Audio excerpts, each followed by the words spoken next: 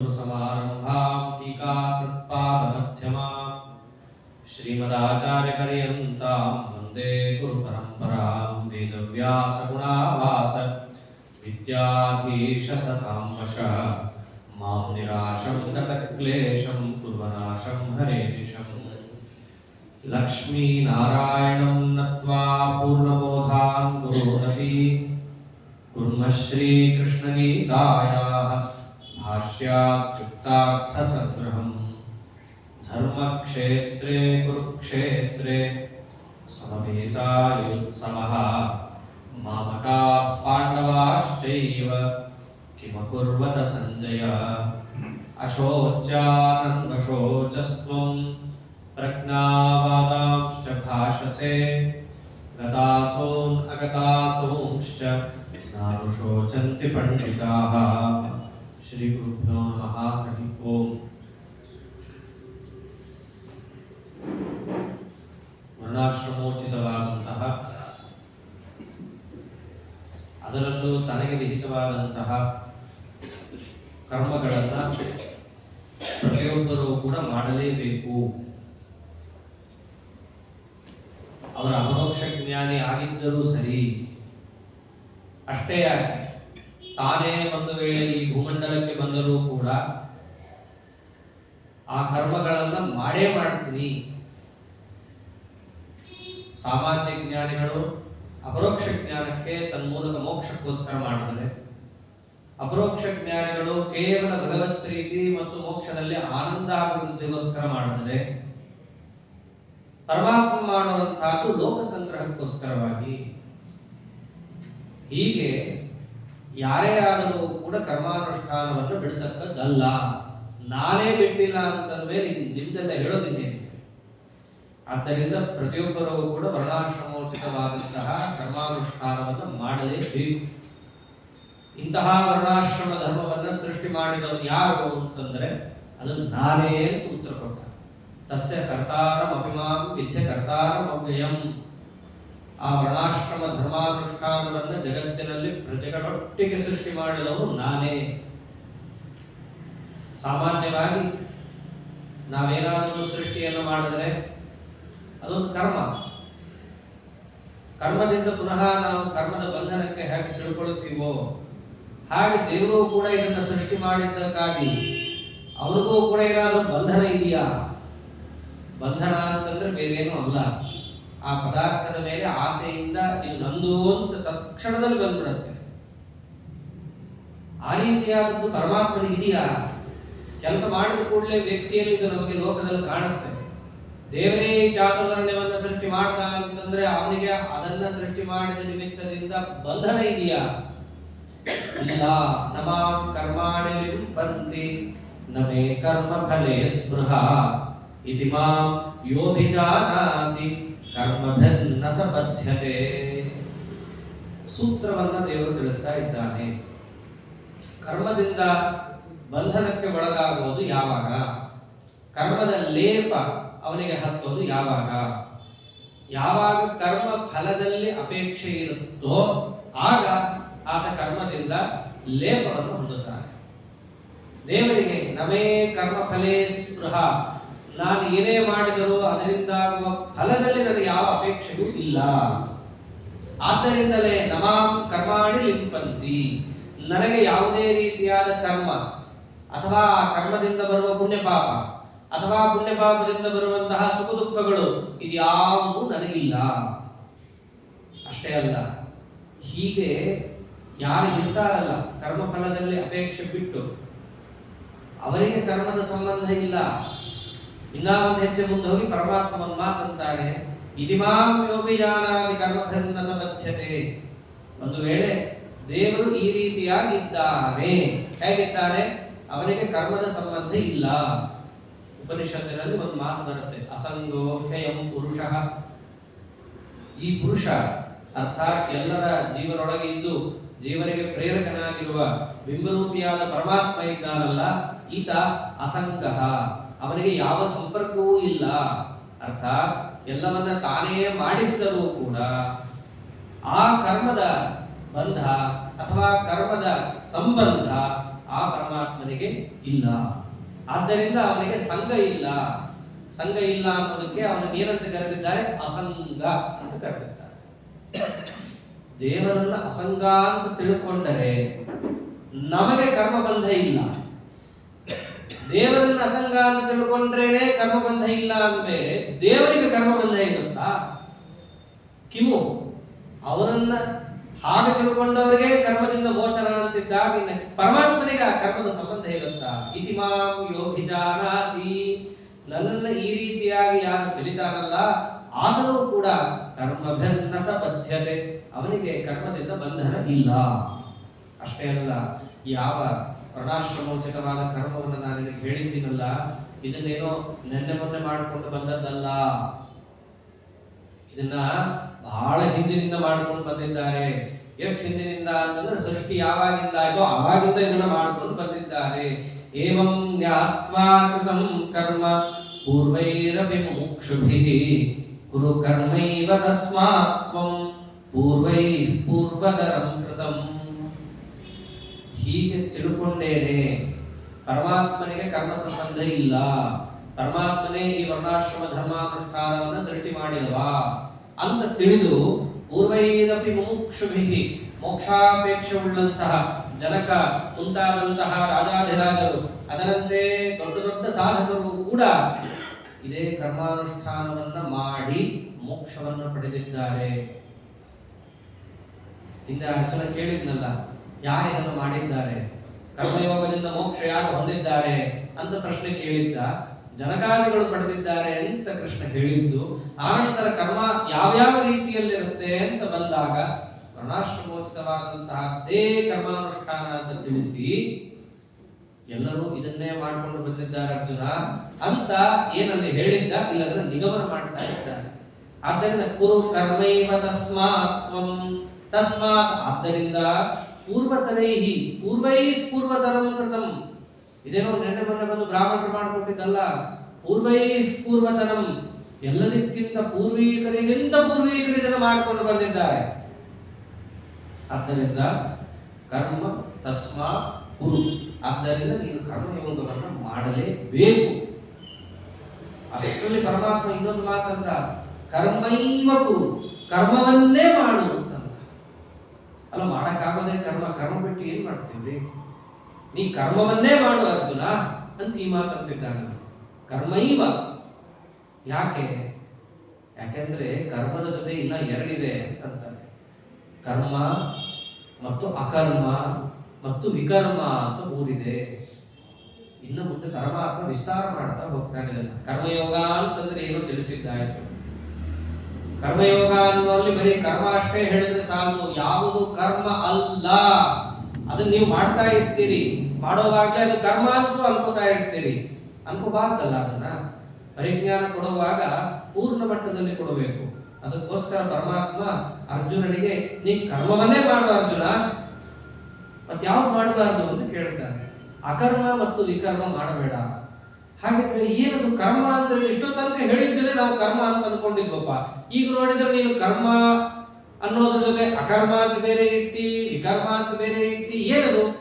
ಕಿಂ ಕರ್ಮ ಕಿಮಕರ್ಮೇತಿ ಕವಯೋಪ್ಯತ್ರ ಮೋಹಿತಾಃ ತಪ್ತೆ ಕರ್ಮ ಪ್ರವಕ್ಷ್ಯಾಮಿ ಯಜ್ಞಾತ್ವಾ ಮೋಕ್ಷಸೆ ಅಶುಭಾತ್.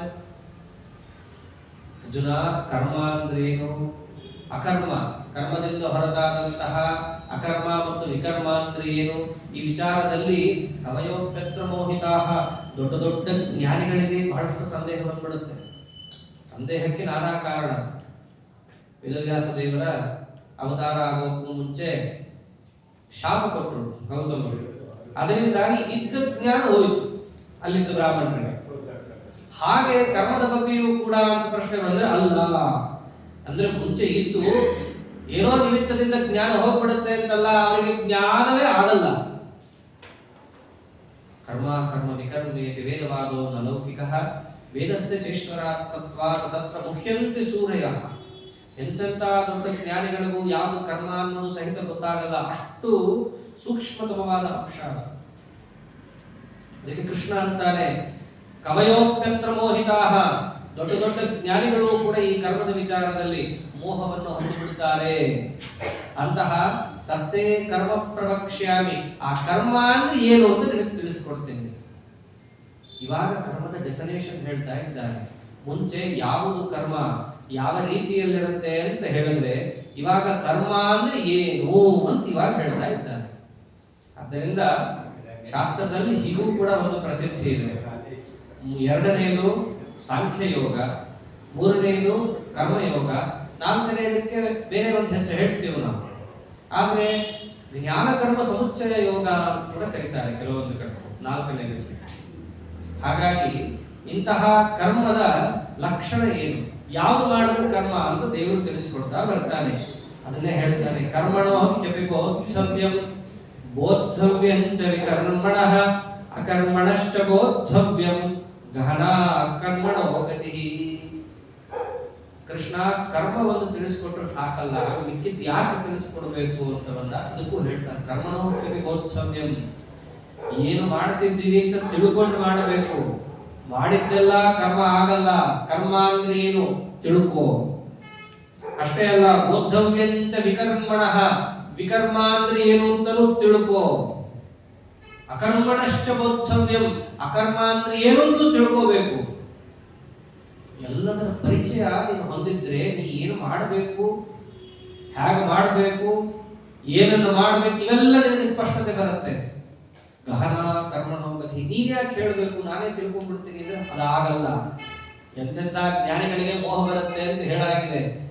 ಯಾರಿಗೆ ಯಾವ ಕಾಲದಲ್ಲೂ ಮೋಹಾದಿಗಳ ಸಂಬಂಧವೇ ಇಲ್ಲವೋ, ಸರ್ವದೋಷ ದೂರನೋ, ಅವನು ಮಾತ್ರ ಇದನ್ನ ಸರಿಯಾಗಿ ತಿಳಿಸಬಲ್ಲ. ಅದಕ್ಕೆ ಅಂದಿದ್ದು ವೇದಸ್ಯ ಚ ಈಶ್ವರಾತ್ಮತ್ವ ತತ್ರ ಮುಖ್ಯಂತೆ ಸೂರ್ಯ. ಕರ್ಮಗಳ ಸ್ವರೂಪ ಎಂಬುದನ್ನ ಯಾರು ತಿಳಿಸ್ಕೊಡ್ಬೇಕು, ಯಾರು ಎಲ್ಲಾ ಕರ್ಮದಿಂದ ಪ್ರತಿಪಾದ್ಯನೋ, ಯಾರು ಎಲ್ಲಾ ಕರ್ಮಗಳನ್ನ ಎಲ್ಲರಲ್ಲಿ ನಿಂತು ಮಾಡಿಸ್ತಾನೋ ಅವನಿಗೆ ಅದರ ಹಣೆ ಬಾರ ಚೆನ್ನಾಗಿ ಗೊತ್ತು, ಯಾವ್ದು ಕರ್ಮ ಯಾವ್ದು ಅಕರ್ಮ ಅಂತೆಲ್ಲ. ಹಾಗಾಗಿ ದೇವರೇ ಹೇಳ್ತಾರೆ ಗಹನ ಕರ್ಮಣೋಗತಿ, ಅದು ಬಹಳ ಗಹನವಾದ ವಿಚಾರಪ್ಪ. ಆದ್ದರಿಂದ ಸರಿಯಾಗಿ ತಿಳ್ಕೋ. ಇಲ್ಲಿಂದ ಕರ್ಮದ ಒಂದು ನಿರ್ಣಯವನ್ನು ಕೊಡ್ತಾ ಬರ್ತಾರೆ. ಏನು ಕರ್ಮ ಅಂದ್ರೆ ಏನು ಅಂತ ತಿಳಿಸ್ತಾರೆ. ಕರ್ಮಣ್ಯ ಕರ್ಮಯ ಪಶ್ಯೇತ್ ಅಕರ್ಮಣಿ ಚ ಕರ್ಮಯ ಸಬುದ್ಧಿಮಾನ್ ಮನುಷ್ಯೇಷು ಸಂಯುಕ್ತಃ ಕೃತ್ಸ್ನ ಕರ್ಮಕೃತ್. ಇಲ್ಲಿಂದ ಹೇಳ್ತಾ ಬರ್ತಾರೆ. ಶ್ಲೋಕದ ಸಾಮಾನ್ಯವಾದ ಅರ್ಥ ಒಂದು, ವಾಸ್ತವಿಕವಾಗಿ ನಾವು ಒಳಹೊಕ್ಕಿ ನೋಡಿದಾಗ ತಿಳಿಯುವ ಅರ್ಥವೇ ಇನ್ನೊಂದು. ಮೇಲ್ನೋಟಕ್ಕೇನು ಕರ್ಮಣಿ ಅಕರ್ಮ ಯಸ್ಪಶೆ, ಕರ್ಮವನ್ನ ಅಕರ್ಮ ಅಂತ ಯಾರು ನೋಡ್ತಾನೋ, ಅಕರ್ಮದಲ್ಲಿ ಯಾರು ಕರ್ಮ ಅಂತ ನೋಡ್ತಾನೋ ಅವನು ಬುದ್ಧಿವಂತ.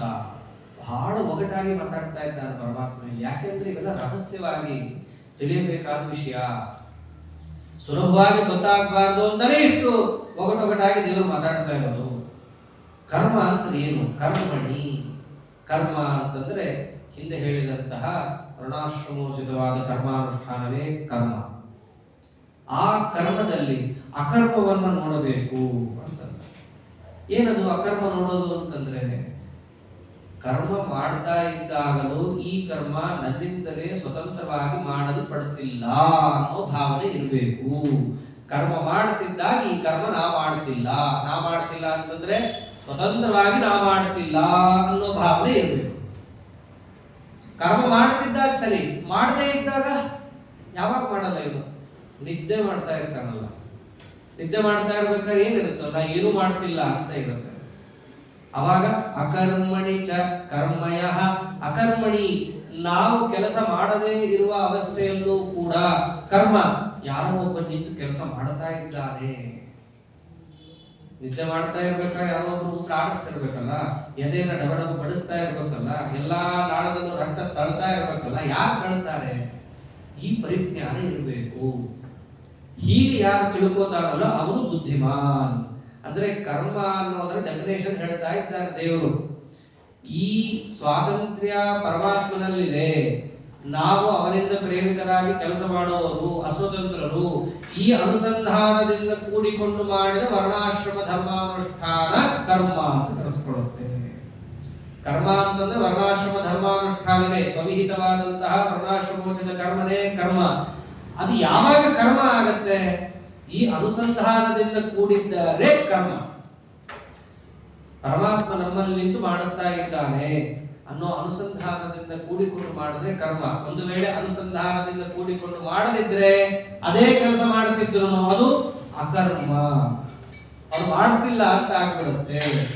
ಅದೇ ದೇವರ ಪೂಜನೆ, ಅದೇ ಮಂಗಳಾರ್ಚನೆ, ಅದೇ ದೇವರ ಸೇವಾ, ಗುರುಗಳ ಸೇವಾ, ಹಿರಿಯರ ಸೇವಾ, ತೀರ್ಥಯಾತ್ರೆ ಎಲ್ಲ ಅದೇನೆ.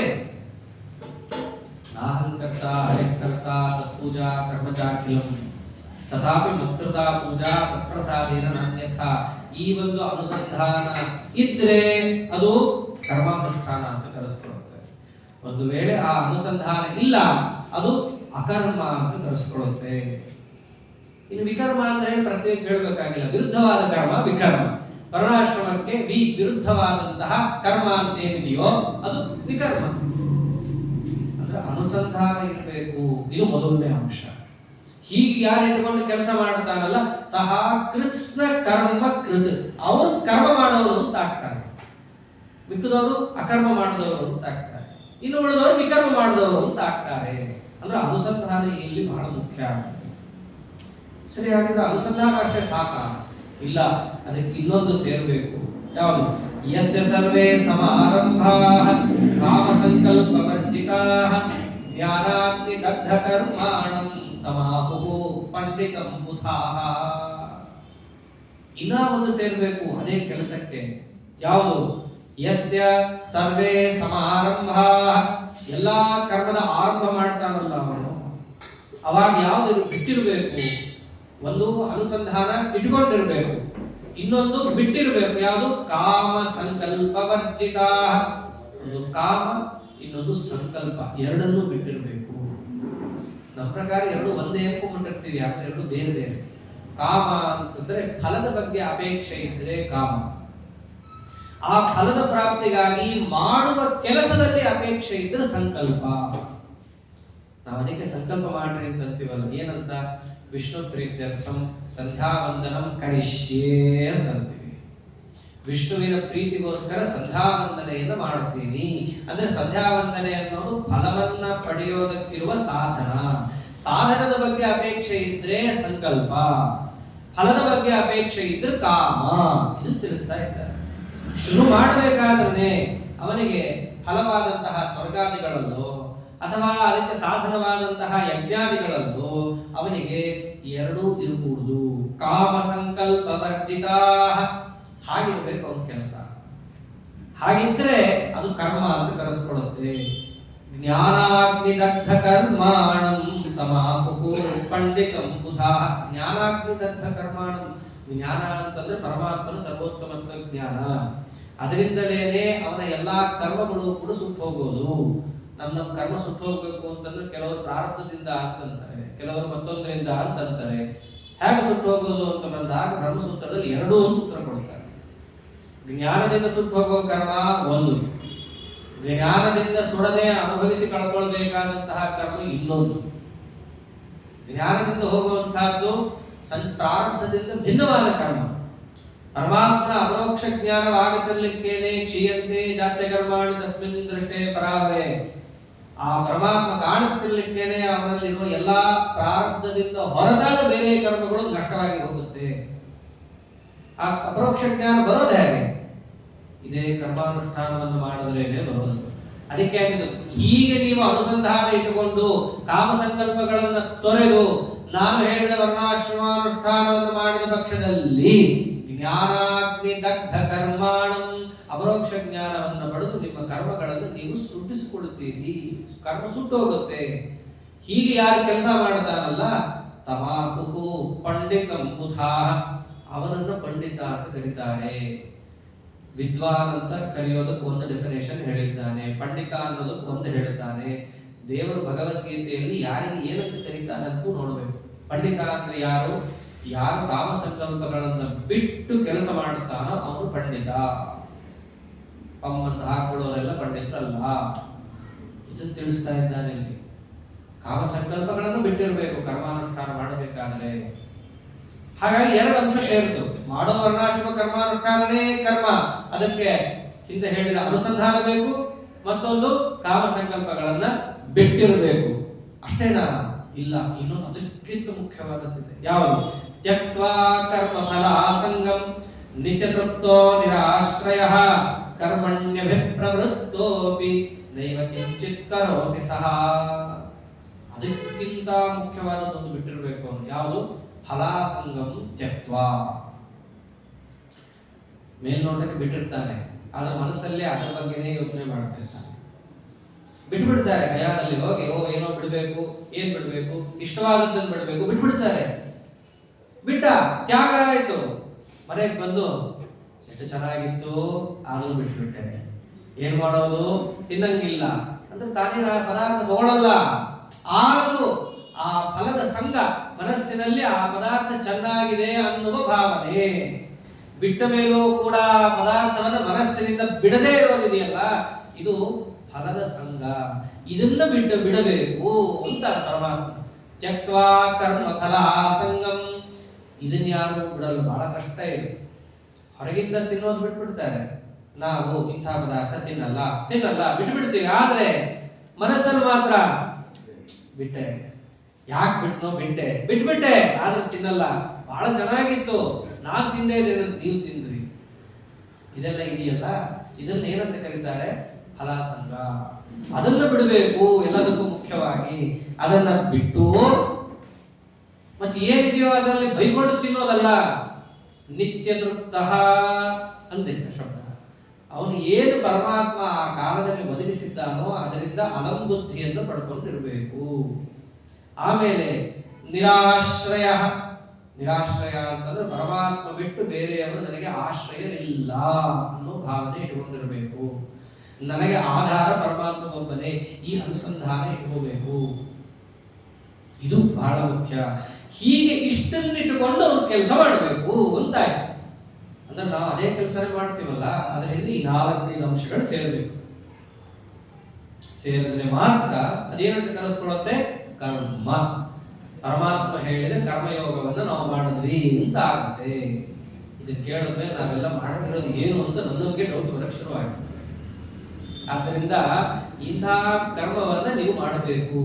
ಹೀಗೆ ನೀವು ಅನುಸಂಧಾನಾದಿಗಳನ್ನು ಇಟ್ಟುಕೊಂಡು ಕರ್ಮಣ್ಯ ಪ್ರವೃತ್ತೋಪಿ, ನೀವು ಕರ್ಮವನ್ನೇ ಮಾಡಿದರೂ ಕೂಡ ಕರ್ಮಭ್ಯರ್ನ ಸಬದ್ಧತೆ, ಆಗ ಅವನಿಗೆ ಕರ್ಮ ಬಂಧನ ಇಲ್ಲ. ಈ ಅನುಸಂಧಾನ ಇಟ್ಟುಕೊಳ್ಳದೆ ನೀವು ದೇವ್ರ ಪೂಜನೆ ಮಾಡ್ರಿ, ಅದರಿಂದ ನಿಮಗೆ ಬಂಧನನೇ ಆಗುತ್ತೆ. ದೇವರ ಪೂಜನೆ ಒಂದು ಕರ್ಮನೇ, ಅದರಿಂದ ನಿಮಗೆ ಬಂಧನನೇ ಆಗೋದು. ಯಾವತ್ತು ಪಾಪವಾದ ಕಾರ್ಯದಿಂದ ಪಾಪವಾದಂತಹ ಅಂಶವೇ ಬರೋದು, ಪುಣ್ಯವಾದದ್ದು ಬರಲ್ಲ. ಇದು ಲೋಕದಲ್ಲಿರೋ ನಿಯಮ. ಹೇಗೋ ಕೊಳೆಯಿಂದ ಕೊಳೆಯೇ ಆಗತ್ತೆ, ಕೊಳೆಯಿಂದ ಕೊಳೆ ಹೋಗಲ್ಲ. ಹಾಗೆ ಪ್ರಕೃತದಲ್ಲಿ ನಾವು ಮಾಡುವ ಈ ಪ್ರಾಕೃತ ಶರೀರದಿಂದ ಕೆಲಸಗಳಿದ್ದಾವಲ್ಲ, ಇದೊಂದು ಕೊಳೆನೇ. ಕೊಳೆಯಿಂದ ಇನ್ನೊಂದು ನಮ್ಮ ಕರ್ಮ ತೊಡ್ಕೊಳ್ತೀನಿ ಅಂದ್ರೆ ಹೋಗಲ್ಲ. ಅದು ಯಾವಾಗ ಹೋಗುತ್ತೆ? ಅದಕ್ಕೆ ಸ್ವಚ್ಛವಾದ ಪರಮಾತ್ಮ ಅನ್ನೋನು ಸೇರ್ಕೋಬೇಕು, ಅವಾಗ ಹೋಗುತ್ತೆ. ಅದಕ್ಕೆ ಹಿಂದೆ ಹೇಳಿದ್ದು ಸಂಕ್ಷಿಪ್ತವಾಗಿ, ನಾಸತೋ ವಿದ್ಯತೆ ಭಾವ ನಾಭಾವೋ ವಿದ್ಯತೆ ಸತಃ. ಸತ್ ಅಂದ್ರೆ ಪರಮಾತ್ಮನ ಸಂಬಂಧ ಇಲ್ಲದ ಹೊರತು ಅದಕ್ಕೆ ಭಾವ ಅನ್ನೋದು ಇಲ್ಲ. ಅವನ ಸಂಬಂಧ ಇದ್ರೆ ಮಾತ್ರ ಅದಕ್ಕೆ ಒಳ್ಳೆತನ. ಹಾಗೆ ನಾವು ಮಾಡುವ ಈ ಕರ್ಮಕ್ಕೆ ಇಷ್ಟೆಲ್ಲ ಸೇರಬೇಕು. ಅಷ್ಟು ಸೇರಿದಾಗ ಮಾತ್ರ ಏನಾಗುತ್ತೆ? ಅದೊಂದು ಕರ್ಮ ಅಂತ ಆಗುತ್ತೆ. ಇದೆಲ್ಲ ಹೇಳೋದು ಸುಲಭ, ಅನುಸಂಧಾನ ಬರೋದು ಹೇಗೆ? ಹೋಗ್ಲಿ ದೇವರು ಮಾಡಿಸ್ತಾನೆ ಅಂತ ಏನಾದ್ರೂ ಕಥಂಚಿತ ತಗೊಂಡ್ಬಿಡಬಹುದು, ಅವನೇ ಮಾಡಿಸ್ತಾನೆ ಅಂತ ಕಡೆಗೆ ಹೇಳಬೇಕು. ಅಥವಾ ಮಾಡುವ ಹಂತದಲ್ಲಿ ಆ ಅನುಸಂಧಾನ ಇರಬೇಕು. ಆಯ್ತು, ಸ್ವಲ್ಪ ಪ್ರಯತ್ನ ಪಟ್ಟು ಮಾಡೋಣ. ಆದ್ರೆ ಕಾಮ ಸಂಕಲ್ಪಗಳನ್ನು ಬಿಡೋದು ಹೇಗೆ? ಅದು ನಮ್ಮ ಮನಸ್ಸಿನ ಹಾಸು ಹೊಕ್ಕಾಗಿ ಒಳಗಿದೆ. ಅದನ್ನು ಬಿಡೋದು ಹೇಗೆ? ಈ ಪ್ರಶ್ನೆ ಬರುತ್ತೆ. ಬಿಡೋದು ಹೇಗೆ ಗೊತ್ತಾ? ನಿರಾಶೀ. ಆಸೆಯನ್ನು ಬಿಡೋದಕ್ಕೊಂದು ದಾರಿ ಇದೆ. ಯಾವುದು? ನಿರಾಶೀರಿ ಯಥ ಚಿತ್ತಾತ್ಮ ತ್ಯಕ್ತ ಸರ್ವ ಪರಿಗ್ರಹ ಶಾರೀರಂ ಕೇವಲಂ ಕುರ್ವನ್ ಶಾರೀರಂ ಕೇವಲಂ ಕರ್ಮ ಕುರ್ವನ್ನಾಪ್ನೋತಿ ಕಿಲ್ಬಿಷಂ. ಅದನ್ನು ಬಿಡೋದು ಹೇಗೆ ಗೊತ್ತಾ? ನಿರಾಶಿ, ಆಸೆಯನ್ನು ಕಳ್ಕೊಳ್ಳೋದಕ್ಕೊಂದು ದಾರಿ ಇದೆ. ಯಾವುದು? ಯಥಚಿತ್ತಾತ್ಮ. ನಿನಗೆ ಅವತ್ತೇ ಹೇಳಿದ್ದೀನಿ ನಾನು ಅರ್ಜುನ, ಅವಾಗಲೇ 2ನೇ ಅಧ್ಯಾಯದಲ್ಲಿ ಇವೆಲ್ಲ ಬಂದಿದೆ. ಆಸೆಯನ್ನು ಕಳ್ಕೊಳ್ಳೋದು ಹೇಗೆ ಅಂತ ಹೇಳಿ ಅವಾಗಲೇ ಸಂಘಾತ್ ಸಂಜಾಯತೆ ಕಾಮಃ ಕಾಮಾತ್ ಕ್ರೋಧೋಭಿಜಾಯತೆ ಆ ಪ್ರಕರಣದಲ್ಲೇ ಹೇಳಿದ್ದೇನೆ. ನಿನಗೆ ಅದನ್ನೇ ನೆನಪಿಸಿಕೊಳ್ತೇನೆ. ಯಥಚಿತ್ತಾತ್ಮ, ನಿನ್ನ ಚಿತ್ತ ಮತ್ತು ಮನಸ್ಸನ್ನ ಹತೋಟಿಯಲ್ಲಿ ಇಟ್ಕೋಬೇಕು. ಚಿತ್ತ ಅಂದ್ರೆ ಏನು ಹೇಳಾಗಿದೆ? ನಿಶ್ಚಯಾತ್ಮಕವಾದಂತಹ ಬುದ್ಧಿಯನ್ನು ಹುಟ್ಟಿಸುವಂತಹ ಮನಸ್ಸಿಗೆ ಚಿತ್ತ ಅಂತ ಕರೀತಾರೆ. ಸಂಕಲ್ಪ ವಿಕಲ್ಪಗಳನ್ನು ಹುಟ್ಟು ಹಾಕುವ ಮನಸ್ಸಿಗೆ ಮನಸ್ಸು ಅಂತ ಕರೀತಾರೆ. ಒಂದೇ ಪದಾರ್ಥ ಕೆಲಸ ಬೇರೆ ಮಾಡುವುದರಿಂದ ಹೆಸರು ಬೇರೆ ಬೇರೆ ಪಡೆಯುತ್ತೆ, ಅದಕ್ಕೆ ಬುದ್ಧಿ ಎಂದು ಕರೀತಾರೆ. ಹಾಗೆ ಅಂತಃಕರಣ ಅಂತ ಇರೋ ಒಂದೇ ಪದಾರ್ಥಕ್ಕೆ ಚಿತ್ತ, ಚೇತನ, ಮನಸ್ಸು ಹೀಗೆಲ್ಲ ಅನೇಕ ಶಬ್ದಗಳನ್ನು ಕರೆಯೋದಿದೆ. ಹಾಗೆ ಇವೆರಡನ್ನ ನಿನ್ನ ಹತೋಟಿಯಲ್ಲಿ ಇಟ್ಟುಕೊಂಡೆ ಅಂತಂದರೆ ಆಗ ನಿನ್ನ ಕಾಮ ಮತ್ತು ಸಂಕಲ್ಪಗಳನ್ನು ನೀನು ಕಳ್ಕೋಬಹುದು. ಆಮೇಲೆ ತ್ಯಕ್ತ ಸರ್ವ ಪರಿಗ್ರಹ, ನಿನಗೆ ಕೆಲಸಕ್ಕೆ ಬಾರದ ಪದಾರ್ಥಗಳನ್ನ ನಿನ್ನ ಹತ್ರ ತಂದು ಜೋಡಿಸ್ಕೊಳ್ಳೋದು ಅಂತಿದೆಯಲ್ಲ, ಅದನ್ನು ಬಿಡು. ತಾನಾಗೇ ನಿನ್ನ ಮನಸ್ಸು ನಿನ್ನ ಹತೋಟಿಗೆ ಬರುತ್ತೆ. ಈ ಮನುಷ್ಯ ಏನ್ ಮಾಡ್ತಾನೆ ಅಂತಂದ್ರೆ, ಯಾವುದು ತನ್ನ ಕಣ್ಣಿಗೆ ಬೀಳುತ್ತೋ ಅದನ್ನು ತಂದು ತನ್ನ ಜೇಬಲ್ಲಿ ಹಾಕ್ತಾ ಇರ್ತಾನೆ. ಅದು ಉಪಯೋಗಕ್ಕೆ ಬರುತ್ತಾ ಬರಲ್ವಾ, ಎಷ್ಟು ಮಟ್ಟಕ್ಕೆ ಬರುತ್ತೆ, ಅದು ಯಾವ ರೀತಿಯಲ್ಲಿರುತ್ತೆ, ಅದರಿಂದ ಹಾನಿ ಇದೆಯೋ ಇಲ್ವೋ ಯಾವುದು ಯೋಚನೆ ಮಾಡಲ್ಲ. ಆ ಕ್ಷಣಕ್ಕೆ ಚೆನ್ನಾಗಿ ಕಾಣಿಸ್ತಾ, ಇಲ್ಲಿ ಬಿಡು ನನ್ನ ಹತ್ರ ಇರುತ್ತೆ, ಏನಾಗುತ್ತೆ. ಹಿಂಗೆ ನೀವು ಪದಾರ್ಥಗಳನ್ನ ಜೋಡಿಸ್ಕೊಂಡು ಹೋಗ್ತಿರೋದಕ್ಕೆ ನಿಮಗೆ ನಿಮ್ಮ ಮನಸ್ಸು ಹತೋಟಿಗೆ ಬರ್ತಿಲ್ಲ. ಈ ತರ ಆಡ್ತಿದ್ರೆ ಅದೇ ಆಟೋಮೆಟಿಕ್ ಆಗಿ ಸಿದ್ಧ ಆಗುತ್ತೆ ನಿಮ್ಮ ಮನಸ್ಸು ನಿಮ್ಮ ಹತೋಟಿಗೆ ಇಲ್ಲ ಅನ್ನೋದು. ಯಾರಾದ್ರೂ ಸಿಕ್ಕಿದ್ದೆಲ್ಲ ಬೇಕು ಅಂತಂದ್ರೆ ಏನ್ರಿ ಅರ್ಥ? ಹತೋಟಿಲಿಲ್ಲ ಅಂತ ಅರ್ಥ. ಅದನ್ನು ಬಿಡು, ಯೋಚನೆ ಮಾಡು, ಸ್ವಲ್ಪ ಬುದ್ಧಿಯನ್ನ ಹತೋಟಿಯಲ್ಲಿ ಇಟ್ಟುಕೊಂಡು. ತ್ಯಕ್ತ ಸರ್ವ ಪರಿಗ್ರಹ, ಅದನ್ನ ನೀನು ಬಿಟ್ರೆ ನಿನ್ನ ಮನಸ್ಸು ಹತೋಟಿಯಲ್ಲಿ ಇರುತ್ತೆ. ಅಥವಾ ತ್ಯಕ್ತ ಸರ್ವ ಪರಿಗ್ರಹ, ನಿಮ್ಮ ಮನಸ್ಸು ಹದಗೆಡೋದೇ ದಾನ ಇಸ್ಕೊಳ್ಳೋದ್ರಿಂದ. ಅದನ್ನು ಹೇಳ್ತಾ ಇದ್ದಾರೆ. ಒಬ್ಬರಿಂದ ದಾನ ಇಸ್ಕೊಳ್ತಾ ಇದ್ರೆ ಏನಾಗುತ್ತೆ? ಮನಸ್ಸು ಹಾಳಾಗುತ್ತೆ. ಮನಸ್ಸು ಹಾಳಾಯ್ತು ಅಂದ್ರೆ ಮುಂದಿದ್ದೇನು ಹೇಳೋದು ಬೇಡ, ಇನ್ನೆಲ್ಲವೂ ಹಾಳಾಗ್ತಾ ಹೋಗುತ್ತೆ. ಆದ್ದರಿಂದ ಪರಿಗ್ರಹೋ ಹ್ಯನರ್ಥಾಯ, ಇದನ್ನೇ ಭಾಗವತದಲ್ಲಿ ಹೇಳ್ತಾರೆ. ನೀವು ಎಷ್ಟೆಷ್ಟು ಪರಿಗ್ರಹವನ್ನ ಮಾಡುತ್ತೀರೋ ಅಷ್ಟಷ್ಟು ನಿಮ್ಮ ಮನಸ್ಸನ್ನ ನೀವೇ ಹಾಳು ಮಾಡಿಕೊಳ್ತಾ ಇದ್ದೀರಿ. ಕಷ್ಟಪಟ್ಟು ಹಾಳು ಮಾಡಿಕೊಳ್ಳೋದು ಒಂದು ಹಾದಿ ಆದ್ರೆ ಸುಲಭವಾಗಿ ಹಾಳು ಮಾಡಿಕೊಳ್ಳೋದು. ಅದಕ್ಕೆ ಭಾಗವತದಲ್ಲಿ ಒಂದು ಹೇಳ್ತಾರೆ, ಅಪರಿಗ್ರಹ ವೃತ್ತಿ ಅಂತಾನೆ ಇದೆ. ನಾವು ಪರಿಗ್ರಹ ಮಾಡಲ್ಲ, ಯಾರಿಂದಲೂ ಯಾವುದನ್ನು ದಾನ ಇಸ್ಕೊಳ್ಳಲ್ಲ. ಏನಾದರೂ ಭಗವಂತನ ಪೂಜೆಯನ್ನು ಮಾಡುವಾಗ ನೈವೇದ್ಯ ಕಾಲದಲ್ಲಿ ಸಮರ್ಪಣೆ ಮಾಡುವ ಹೊತ್ತಿಗೆ ದೇವರೇ ಯಾರಿಗಾದರೂ ಪ್ರೇರಣೆ ಮಾಡಿ ತಂದಿಟ್ಟ ಅಂತಂದಲ್ಲಿ ಅದನ್ನು ಮಾತ್ರ ತಗೊಳ್ತೀವಿ. ಅದು ಬಿಟ್ಟು ನಾನು ಆರಾಮಾಗಿ ಊಟ ಮಾಡ್ತಿದ್ದಾಗ ಯಾರೋ ಒಂದು ಆಚಾರ ತಾಂಬೂಲ ಕೊಡ್ತೀನಿ ತಗೊಳ್ಳಲ್ಲ. ನಾವು ಯಾವ ಪರಿಗ್ರಹವನ್ನೂ ಮಾಡಲ್ಲ. ಯಾಕೆ ಮಾಡಲ್ಲ ಗೊತ್ತೇನೋ? ಅದೇನೋ ನಮಗೇನೋ ದುಡ್ಡು ಹೆಚ್ಚಾಗಿದೆ, ನಮಗೇನು ಇಸ್ಕೊಂಡು ಆಗ್ಬೇಕಾಗಿಲ್ಲ ಅಂತಲ್ಲ. ಯಾಕೆ? ಯಥಚಿತ್ತ ಆತ್ಮ, ನಮ್ಮ ಮನೋನಿಗ್ರಹಕ್ಕೋಸ್ಕರವಾಗಿ ನಾವು ಪರಿಗ್ರಹವನ್ನ ಮಾಡಲ್ಲ. ಆದ್ದರಿಂದ ಕಾಮ ಸಂಕಲ್ಪಗಳನ್ನು ದೂರ ಮಾಡೋದು ಹೇಗೆ ಅಂತಂದ್ರೆ ಮನೋನಿಗ್ರಹ ಮಾಡಿಕೊಂಡು. ಆ ಮನೋನಿಗ್ರಹ ಆಗಬೇಕು ಅಂತಂದ್ರೆ ಏನ್ ಮಾಡಬೇಕು? ಸ್ಥೂಲವಾಗಿ ಹಿಂದೆ ಹೇಳಿದ್ದಾನೆ ಬಹಳಷ್ಟು ವಿಸ್ತಾರವಾಗಿ, ಇಲ್ಲ ಅದನ್ನ ನೆನಪು ಮಾಡಿಕೊಡ್ತಾನೆ.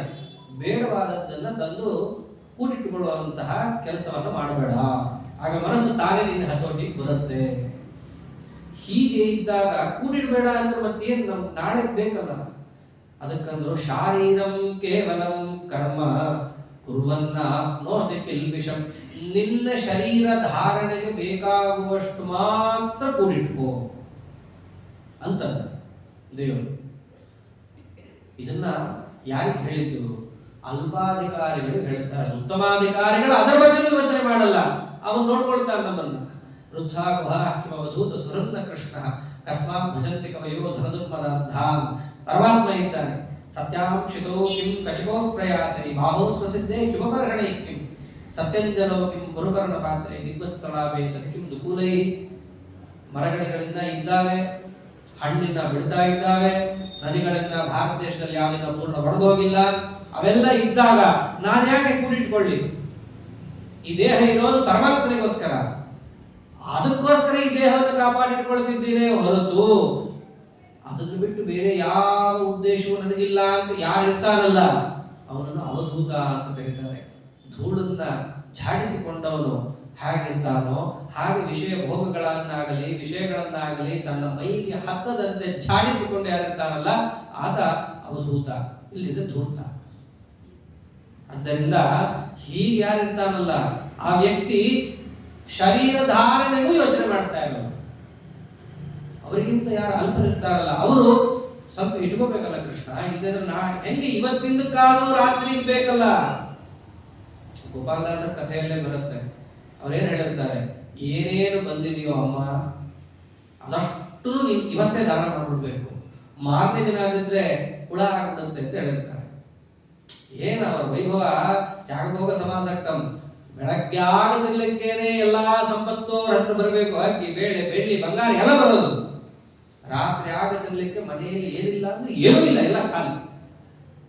ಒಂದ್ ದಿನ ಹಾಗೆ ಇಟ್ಟರಂತೆ, ಇಲ್ಲಿ ಬಿಡು ಮಾರನೇ ದಿನ ಏನಾಗುತ್ತೆ ಅಂತ ಬೆಳಗ್ಗೆ ಡಬ್ಬಿ ತೆಗಿತಾರೆ, ಆ ಡಬ್ಬಿಯಲ್ಲೆಲ್ಲ ಹುಳ.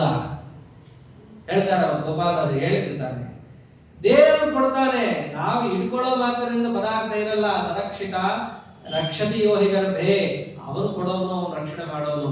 ಆದ್ದರಿಂದ ಇಡಬೇಡ, ನಾಳೆಯಿಂದ ಇಡಬೇಡ ಅಂತ ಹೇಳ್ತಾರೆ ಅವ್ರ ತಾಯಿ. ಅಂದ್ರೇನು? ಉತ್ತಮಾಧಿಕಾರಿಗಳು ಹಾಗಿರ್ತಾರೆ. ಅಧಮಾಧಿಕಾರಿಗಳು ಶಾರೀರಂ ಕೇವಲಂ ಕರ್ಮ, ಶರೀರ ಧಾರಣೆಗೆ ಬೇಕಾಗುವಷ್ಟು ಎಷ್ಟೋ ಅಷ್ಟನ್ನು ಮಾತ್ರ ಅವನು ಇಟ್ಕೊಂಡಿದ್ದ ಅಂತಂದರೆ ಅವಾಗ ಮನೋನಿಗ್ರಹ ಅವನಿಗಿರುತ್ತೆ. ಇನ್ನೊಂದು ಪ್ರಶ್ನೆ ಬರುತ್ತೆ, ಅಲ್ಲ ಈಗ ಮನಸ್ಸನ್ನ ಹತೋಟಿಯಲ್ಲಿ ಇಟ್ಕೊಳ್ಬೇಕು, ಅದು ಈ ರೀತಿ ಇರ್ತಾರೆ ಹಾಗಿರ್ತಾರೆ ಅಂತಂದು ಅವರ ಲಕ್ಷಣ ಏನು, ನೋಡಕ್ ಹೇಗಿರ್ತಾರೋ, ಯಾವ ರೀತಿ ಇರ್ತಾರೆ ಮನೋನಿಗ್ರಹ ಉಳ್ಳವರು ಅಂತ ಪ್ರಶ್ನೆ ಬಂದಾಗ, ನೋಡು ಇಂತಿಂತ ಲಕ್ಷಣಗಳಿದ್ರೆ ಅವರಿಗೆ ಮನೋನಿಗ್ರಹ ಇದೆ ಅಂತ ಅರ್ಥ. ಯಾರು? ಯದೃಚ್ಛಾಲಾಭ ಸಂತುಷ್ಟೋ ದ್ವಂದ್ವಾತೀತೋ ವಿಮತ್ಸರಃ ಸಮಸಿದ್ಧಾವಸಿದ್ಧೌ ಚ ಕೃತ್ವಾಪಿ ನ ನಿಬಧ್ಯತೆ. ಹೇಗಿರ್ತಾರೆ ಮನೋನಿಗ್ರಹ ಉಳ್ಳವರು ಅಂತಂದ್ರೆ ಇವತ್ತಿನ ದಿವಸ ಆರಾಧ್ಯ ಪುರುಷರಾದ ಪುರಂದಾಸರಿದ್ದಾಗಿರ್ತಾರೆ. ಹಾಗಿದ್ರು ಅವರ ಹಾಡಲ್ಲೇ ಬಂದಿದೆ, ಯದೃಚ್ಛಾಲಾಭ ಸಂತುಷ್ಟ. ಯದೃಚ್ಛಾಲಾಭ ತೃಪ್ತರು, ಪರಮಾತ್ಮನ ಇಚ್ಛೆಯಿಂದ ತಮಗೇನು ಪ್ರಾಪ್ತವಾಗುತ್ತೋ ಅದರಿಂದ ಸಂತುಷ್ಟರಾಗಿದ್ದವರು. ಅವರ ಹೇಳೋದಾದ್ರೆ ಪೂರ್ವಾಶ್ರಮದಲ್ಲಿದ್ದ ವೈಭವನೇ ಬೇರೆ, ನವಕೋಟಿ ನಾರಾಯಣ ಅಂತಹ ಶ್ರೀಮಂತಿಕೆ. ಪರಮಾತ್ಮನ ಸಂಕಲ್ಪ ನೀನು ಈ ಒಂದು ಶ್ರೀಮಂತವನ್ನು ಪಡೆಯೋದಲ್ಲ, ನೀನು ಎಲ್ಲಿ ಮೆರಿಬೇಕು, ನನ್ನ ಅಧ್ಯಾತ್ಮ ಸಾಮ್ರಾಜ್ಯದಲ್ಲಿ ನೀನು ಮೆರಿಬೇಕು ಅಂತ ಅವನ ಸಂಕಲ್ಪ. ಅದಕ್ಕೆ ಬಂದ, ದುಡ್ಡನ್ನ ಕೇಳೋ ನೆಪದಿಂದ ಬಂದ. ಅವರು ಬಿಡ್ತಾರೆ ಅಂದ್ರೆ ದುಡ್ಡಿನ ಮೇಲೆ ಹೇಗೆ ಇಟ್ಕೊಂಡಿರ್ತಾರೆ, ವ್ಯಾಮೋಹ ಹಿಂಗೆ ಬಂದಿತ್ತು ಹೇಳಿಲ್ಲ. ತ್ಯಕ್ತ ಸರ್ವ ಪರಿಗ್ರಹ, ಎಲ್ಲವನ್ನ ಬಿಟ್ಟಾಗ ಅವನ ಮನಸ್ಸಿಗೆ ಗೆಲ್ಲೋದಕ್ಕೆ ಸಾಧ್ಯ. ಅದಕ್ಕೆ ತ್ಯಕ್ತ ಸರ್ವ, ಎಲ್ಲವನ್ನ ಅವನಿಗೆ ಬಿಡಿಸ್ಬೇಕು, ಆಮೇಲೆ ಅವನ ಮನೋಜಯವನ್ನ ಅವನಿಗೆ ಕೊಡಿಸ್ಬೇಕು. ಕೊಡಿಸಿದ ಮೇಲೆ ಅವನನ್ನ ನನ್ನ ಭಕ್ತ ಅಂತ ನಾನು ಪರಿಗ್ರಹಿಸಬೇಕು. ಅದಕ್ಕೆ ಏನ್ ಮಾಡಿಸ್ದ, ಎಲ್ಲವನ್ನ ಮೊದಲು ಬಿಡಿಸ್ದ ತಾನೇ. ಮೊದಲು ಏನ್ ನಾಟಕ ಮಾಡಿದ್ದು, ದುಡ್ಡು ಕೇಳೋದೇ, ಇವನು ಯಾಕ್ರಿ ಕೇಳಬೇಕು, ಲಕ್ಷ್ಮೀ ಲಾಲಿತ ಪಾದಾರವಿದ್ದ ಇವನಿಗೆ ಹೋಗಿ ಅವನಂತ ದುಡ್ಡು ಕೊಡು, ಮಗನ ಮುಂಜಿ ಮಾಡ್ಬೇಕು ಅಂತೇನು ಹೋಗಿದ್ದೇನು, ಅಲದಿದ್ದೇನು, ತಿಂಗಳಾಗಟ್ಟಲೆ ಅಲದಿದ್ದು, ಕಡೆಗೆ ಅವ್ನು ಕೊಡಲ್ಲ ಅಂದ್ಮೇಲೆ ಹೆಂಡತಿ ಹತ್ರ ಹೋಗಿ ಕೇಳಿದ್ದು, ಅವಳು ನನ್ನ ಹತ್ರ ಏನಿಲ್ಲ, ನನ್ನ ಹತ್ರ ಎಲ್ಲಿರುತ್ತೆ ದುಡ್ಡು, ಇವನು ಬಿಡ್ತಾನ ತಿರುಪತಿ ತಿಮ್ಮಪ್ಪ, ಎಲ್ಲಿಂದ ಎಲ್ಲಿ ಎಳಿಬೇಕು ಅವನಿಗೆ ಗೊತ್ತಿದೆ, ಸರಿಯಾಗಿ ಎಳಿತಾನೆ. ಹೌದು ನಿಂದು ಅಂತಿಲ್ಲ ಅಂತ ಹೇಳ್ತೀಯ, ಆದ್ರೆ ನಿಂದು ಅಂತಿದೆ. ಹೆಣ್ಣುಮಕ್ಕಳಿಗೆ ಇದೊಂದು ಧರ್ಮ ಇದೆ, ಏನೇ ದಾನ ಮಾಡಬೇಕಾದರೂ ಪತಿಯ ಗಮನಕ್ಕೆ ತಂದು ದಾನ ಮಾಡಬೇಕು ಅಂತಿರೋದು. ಯಾವ ದುಡ್ಡನ್ನ, ಪತಿ ಯಾವ ದುಡ್ಡನ್ನ ಇಟ್ಕೊಂಡಿರ್ತಾರೋ ಆ ದುಡ್ಡು. ಆದರೆ ಹೆಣ್ಣುಮಕ್ಕಳಿಗೆ ತನ್ನ ಗಂಡನ ಅಲ್ಲದೇ ಇರೋದು ದುಡ್ಡು ಅಂತ ಇರುತ್ತೆ. ಯಾವುದು? ತಂದೆ ಮನೆಯಿಂದ ಬಂದಿರೋದು ಅಂತ ಇರುತ್ತೆ, ಆಸ್ತಿ. ಅದನ್ನ ದಾನ ಮಾಡಬೇಕಾದ್ರೆ ಪತಿಯ ಅಪ್ಪಣೆಯ ಅಗತ್ಯ ಇಲ್ಲ, ಯಾಕಂದ್ರೆ ಅದು ಅವಳ ಪರ್ಸನಲ್, ಅವಳು ದಾನ ಮಾಡಬಹುದು. ಅದಕ್ಕೆ ಏನ್ ಮಾಡಿ, ನೀನ್ ಮೂಗುತಿ ಹಾಕೊಂಡಿದ್ದಿಲ್ಲ ಕೊಡು, ಬಿಡ್ತಾನೆ, ಎಲ್ಲಿಂದ ಎಳಿತಾನೋ ಹಾಗೆ ಹೋದ್ಲು. ಮೊದಲು ಇಲ್ಲ ಅಂತ ಕಡೆಗೆ, ಹೌದಲ್ಲ ಬ್ರಾಹ್ಮಣ ಮಗನ ಮುಂಚೆ ಅಂತ ಕೇಳ್ತಿದ್ದಾನೆ, ಕೊಟ್ಟು ಬಿಡ್ತಾನೆ. ಕೊಟ್ಟ ಮೇಲೆ ಅವನು ಬಿಡ್ಬೇಕಾ, ದೇವರು ಸೀದ ತಂದು ಇವರ ಹತ್ರ ಕೊಡ್ತಾನೆ. ನವಕೋಟಿ ನಾರಾಯಣ ತಗೋ, ಇದಕ್ಕೆ ಎಷ್ಟು ದುಡ್ಡು ಕೊಡ್ತೇವೆ ಕೊಡು ಅಂತ ಹೇಳಿ ಅವ್ರು ಬಿಡ್ತಾರೆ. ಅಂದ್ರೆ ವ್ಯಾಪಾರಿಗಳು ಇದು ಯಾಕೋ ನನ್ನ ಹೆಂಡತಿ ತರದಿದೆಯಲ್ಲ ಅಂತ ಕೇಳ್ತಾರೆ. ಏನ್ ನಿನ್ನ ಹೆಂಡತಿ ಒಂಥರ ಒಂದೇ ಇರ್ಬೇಕಾ ಈ ತರದ್ದು, ಬೇರೆಯವ್ರ ಹತ್ರ ಇರಬಾರ್ದ ಅಂತ ಕೇಳ್ತಾರೆ. ಹೌದು, ಅದು ಒಂದು ಲಾಜಿಕ್ಕೇ ಅಲ್ಲ. ಏನು ಒಂದೇ ತರದ ಆಭರಣ 16 ಜನ ಹತ್ರ ಇರ್ಬೋದಪ್ಪ, ಆಗ ಎಷ್ಟು ಬೇಕು ಅಂದ್ರೆ ಒಂದಿಷ್ಟು ಬೇಕು ಅಂತ ಹೇಳ್ತಾನೆ. ನಾ ಬರ್ತೀನಿ ತಡಿ ಅಂತೇಳಿ ಹೋಗ್ಬಿಡ್ತಾನೆ ದೇವರು. ತಲೆಯಲ್ಲಿ ಕೊರಿತಾ ಇರುತ್ತೆ, ನನ್ನ ಹೆಂಡತಿ ಇದಲ್ಲ, ಹೆಂಡತಿ ಸೀದಾ ಓಡಿದ್ರು ಮನೆ ಹಿಂದೆ ಹೋಗ್ಬಿಟ್ಟು ಹೆಂಡತಿನ ಕೇಳ್ತಾರೆ, ಏನಿದು, ಎಲ್ಲಿ ಅವಳು ಮೂಗುತಿ ಇರಲ್ಲ, ಯಾಕೆ ಮೂಗುತಿ ಕಾಣಿಸ್ತಾ ಇಲ್ವಲ್ಲ, ಏನಾಗಿದೆ ಅಂತಂದ್ರೆ ಮುರಿದೋಗಿದೆ ಅಂದ್ಬಿಡ್ತಾಳೆ. ಮುರಿದೋಗಿದ್ರು ಪರವಾಗಿಲ್ಲ ತಗೊಬ್ಬ, ತರಲಿಲ್ಲ ಅಂತಂದ್ರೆ ಇವತ್ತು ಆರು ಬಿಡ್ತೀನಿ ಅಲ್ಲೇನೆ ಅಂತ ಹೇಳಿ ಗಂಡನ ಸಿಟ್ಟು. ಓ ನನ್ನ ಗಂಡ ಮಾಡೇ ಬಿಡ್ತಾರ ಅದನ್ನ ಅಂತ ಹೇಳಿ ಹೆದರ್ಕೊಂಡು ಏನ್ ಮಾಡ್ತಾಳೆ, ವಿಷ ತಗೊಂಡು ದೇವ್ರ ಪಾಲು ಸೇರ್ಬಿಡೋಣ, ಒಂದು ಅಟ್ಲೀಸ್ಟ್ ಬ್ರಾಹ್ಮಣಂಗಾರು ಮಾಡಿಸಿದ ಪುಣ್ಯದಿಂದ ದೇವ್ರನ್ನ ಕಾಪಾಡಲಿ ಅಂತ ಹೇಳಿ ತಗೊಳ್ಬೇಕಾದ್ರೆ ಆ ಬಟ್ಟಲು ಆ ಮೂಗುತಿ ಬಂದು ಬೀಳುತ್ತೆ. ತಗೊಂಡು ಹೋಗ್ಬಿಟ್ಟು ಗಂಡನ್ನು ಕೊಡ್ತಾರೆ, ತಗೊಂಡು ನಿಮ್ಮ ಮೂಗುತಿ ನೀವೇ ಇಟ್ಕೊಳ್ರಿ ಅಂತ ಕೊಡ್ತಾರೆ. ನೋಡಿದ್ರು, ಸೀದಾ ಹೋಗಿ ನೋಡ್ತಾರೆ, ಕಡೆ ಎಲ್ಲ ಪರಮಾತ್ಮನ ಲೀಲೆ ಅಂತ ಅರ್ಥ ಆಗಿ ಅವರು ಜ್ಞಾನಿಗಳೇ ಏನೋ ಒಂದು ಸ್ವಲ್ಪ ಆ ಲೋಕಕ್ಕೆ ಬಂದಿದ್ದರಿಂದ ಸತ್ವರದ ಸ್ವಭಾವವನ್ನು ನಡೆದು ಏರುಪೇರಾಗಿ ಎಲ್ಲ ಆಟ ಆಡ್ತಿರ್ತಾರೆ. ಒಳಗಡೆಯಿಂದ ಅದೇ ಸಾತ್ವಿಕ ಸ್ವಭಾವ ಇದ್ದರೂ ಹೊರಗಿನ ದೇಹವನ್ನು ಪಡೆದಿರ್ತಾರಲ್ಲ, ಆ ದೇಹದಲ್ಲಿರುವ ಪ್ರಕೃತಿ ತತ್ವ, ಅಲ್ಲಿ ಆದ ಏರುಪೇರು, ಅದೆಲ್ಲ ಇವ್ರ ಮನಸ್ಸಿಗೆ ಒಳಗಿರೋದು ಹೊರಗೆ ಬಾರದಂತೆ ತಡೆದು ಬಿಡುತ್ತೆ. ಅದನ್ನು ಬಿಡಿಸಕ್ಕೆ ಕೆಲವೊಮ್ಮೆ ಪರಮಾತ್ಮ ಬರ್ತಾರೆ. ಅರ್ಥ ಆಯ್ತು. ಇಡೀ ಮನೆಯನ್ನೇ ದಾನ ಮಾಡಿ ತಾವು ಯಾವ ರೀತಿಯಲ್ಲಿ ಹೊರಡುತ್ತಾರೆ? ಯದೃಚ್ಛಾಲಾಭ ಸಂತುಷ್ಟಃ ದ್ವಂದ್ವಾತೀತೋ ವಿಮತ್ಸರಃ. ಸುಮ್ಮನೆ ಹೋದ್ರೆಲ್ಲ ಪರಮಾತ್ಮ ಒಲಿಯಲ್ಲ. ಹೇಗೆ ಹೋಗ್ಬೇಕು? ಗುರುದ್ವಾರ ಪ್ರಸಾದಕ್ಕೆ. ಆ ಗುರುಗಳನ್ನು ಹಿಡ್ಕೊಂಡು ಹೋದ್ರೆ ದೇವರು ಒಲಿತಾನೆ ಅಂತ ಹೇಳಿ ಎಂಥ ಗುರುಗಳ ಹತ್ರ ಹೋಗಿದ್ರು? ವ್ಯಾಸರಾಜ ಗುರುಸಾರ್ವಭೌಮರು. ಅವರ ಹತ್ರ ಹೋಗಿ ದೀಕ್ಷೆಯನ್ನು ಪಡ್ಕೊಂಡು ಪರಮಾತ್ಮನ ಏಕಾಂತ ಸೇವೆಯಲ್ಲಿ ನಿರತರಾಗಿ ನಾವಿನ್ನೇನೂ ಕೂಡ ಕೂಡಿಟ್ಟುಕೊಳ್ಳಲ್ಲ. ತ್ಯಕ್ತ ಸರ್ವ ಪರಿಗ್ರಹ. ಏನೇ ಬಂದರೂ ಕೂಡ ಹೇಗಿರ್ಬೇಕು ನಾವು? ಯದೃಚ್ಛಾಲಾಭ ಸಂತುಷ್ಟರಾಗಿ ಪರಮಾತ್ಮನ ಗಾನವನ್ನು ಮಾಡ್ತೀವಿ.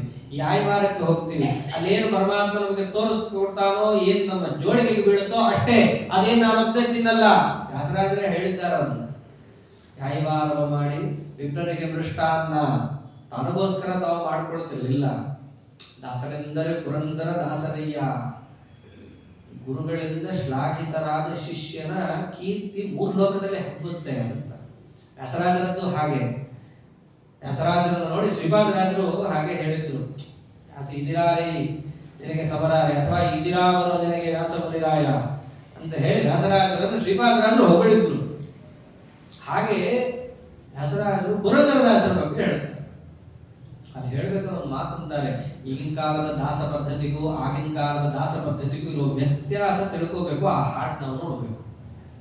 ಇವಾಗ ಏನಾಗಿದೆ, ಯಾರಿಗೆ ಶಾಸ್ತ್ರಜ್ಞಾನ ಇಲ್ಲ, ಸಂಸ್ಕೃತ ಬರ್ತಿರಲ್ಲ, ಒಳ್ಳೆ ಮಾತಾಡಕ್ ಬರ್ತಾ ಇರುತ್ತೆ, ಕನ್ನಡದಲ್ಲಿ 4 ಹಾಡು ಕಟ್ಟಕ್ ಬರ್ತಾ ಇರುತ್ತೆ, ಅವ್ರಿಗೆ ಎಲ್ಲೂ ಕೆಲಸ ಸಿಗದೆ ಇದ್ದಾಗ ತಾಳ ಹಿಡ್ಕೊಂಡು ದಾಸವೃತ್ತಿ ಹೋಗ್ಬಿಡ್ತಾರೆ. ಇದು ದಾಸವೃತ್ತಿ ಅಲ್ಲ. ಅಂಬುಜನಾಭನ ಆಗಮಗಳನ್ನ ಅರಿಯದವ ಹರಿದಾಸನೇ ಅಂತಂತಾರೆ. ಯಾರು ದಾಸ ಪದ್ಧತಿಗೆ ಬರಬೇಕು? ಸುಧಾ ಓದು, ಪದ ಪಾಡು, ಇದನ್ನೇ ಹೇಳಿದ್ದು ಹಿಂದಿನ ಕಾಲದಲ್ಲೂ ಕೂಡ. ಹರಿದಾಸ ಪಟ್ಟ ಅನ್ನೋದಿದೆಯಲ್ಲ, ಅದು ಪಂಡಿತರಿಗಿಂತ ಒಂದು ಲೆವೆಲ್ ಮೇಲೆ. ಅದು ಪಂಡಿತರು ಬರೀ ಓದಿರ್ತಾರೆ, ಅವರಿಗಿಂತ ಮೇಲಿನ ಸ್ಥಾನ ಯಾವುದಕ್ಕಿರೋದು? ಹರಿದಾಸರಿಗಿರೋದು. ಅದಕ್ಕೆ ವ್ಯಾಸ ಪೂಜೆಯ ದಿವಸ ಪುರಂದರದಾಸರು ಬರೆದಿದ್ದ ಹಾಡನ್ನು ಮೇಲೆ ತಂದಿಟ್ಟು ವ್ಯಾಸರಾಜರು ಏನಂದ್ರು? ಪುರಂದರ ಉಪನಿಷತ್ತು ಅಂತಂದ್ರು. ಅಂದ್ರೆ ಆ ದಾಸ ಪದ್ಧತಿಗೆ ತುಂಬಾ ಮಹತ್ವ ಇದೆ.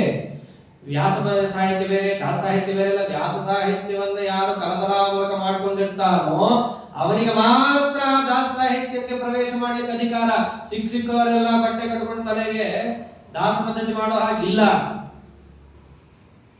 ದಾಸ ಪದ್ಧತಿ ಅಷ್ಟು ಕಟ್ಟ ಇದೆ. ನಾನು ಮಾಡ್ತೀನಿ, ನಾನು ಹಾಡು ಬರಿತೀನಿ, ಅದೊಂದು ಹುಚ್ಚು ಟ್ರೆಂಡ್. ನನ್ ಕನ್ನಡ ಬರುತ್ತೆ, ನಾವು ಬರಿಬಾರ್ದು, ಅವ್ರಿಗೆ ಅಧಿಕಾರವೇ ಇಲ್ಲ ಮಾಡಕ್ಕೆ. ನನಗೆ ಪ್ರಣವ ಮಂತ್ರ ನಮಗೆ ಗೊತ್ತಿಲ್ಲ ಏನ್ರಿ ಪ್ರಣವ ಮಂತ್ರ ಏನು ಅಂತ. ಪಾಠ ತಂತ್ರ ಸಾಧು ನಮಗೂ ಆಗಿದೆ. ಪಾಠ ಆಗಿರೋ ನಾವೇ ಪ್ರಣವ ಮಂತ್ರ ಜಪ ಮಾಡಲ್ಲ. ಯಾಕೆ? ನಮ್ಗೆ ಅಧಿಕಾರ ಇಲ್ಲ. ಹೇಳಿಲ್ಲ ಯಾವುದು ಗುರು ಕರ್ಮೈವ ತಸ್ಮಾತ್ವಂ ಪೂರ್ವತರಂ ಕೃತಂ ಶ್ರೇಯಾನ್ ಸ್ವಧರ್ಮೋ ವಿಗುಣಃ ಪರಧರ್ಮಾತ್ ಸ್ವನುಷ್ಠಿತ ಸ್ವಧರ್ಮೇ ನಿಧನಂ ಶ್ರೇಯಃ ಪರಧರ್ಮೋ ಭಯಾವಹಃ. ಯಾವುದು ಇವನಲ್ಲ ಅದನ್ನು ಇವ್ರು ಮಾಡಕ್ ಹೋಗ್ಬಾರ್ದು. ಈಗ ಅದನ್ನು ಯಾರು ಕೇಳೋದು ಇಲ್ಲ, ಯಾರು ಹೇಳಿದ್ರೆ ಅದನ್ನು ಅನುಷ್ಠಾನ ಮಾಡೋದು ಇಲ್ಲ. ದಾಸ ಪದ್ಧತಿ ಇದ್ರೆ ಹಾಗಿದೆ. ಹಾಡು ಬರೆಯಕ್ಕೆ ಬರುತ್ತೆ ಅಂದ್ರೆ ಬರ್ಕೊಳ್ಳಿ, ಅದನ್ನು ದಾಸ ಸಾಹಿತ್ಯ ಅಂತ ಹೇಳಕ್ ಬರಲ್ಲ. ದಾಸ ಸಾಹಿತ್ಯ ಅಂತಂದ್ರೆ ದಾಸರು ಮಾಡಿದ ಸಾಹಿತ್ಯ, ದಾಸ ಸಾಹಿತ್ಯ. ಇವನು ದಾಸರೇ ಅಲ್ಲ, ದಾಸ ಸಾಹಿತ್ಯ ಹೆಂಗಾಗುತ್ತದೋ?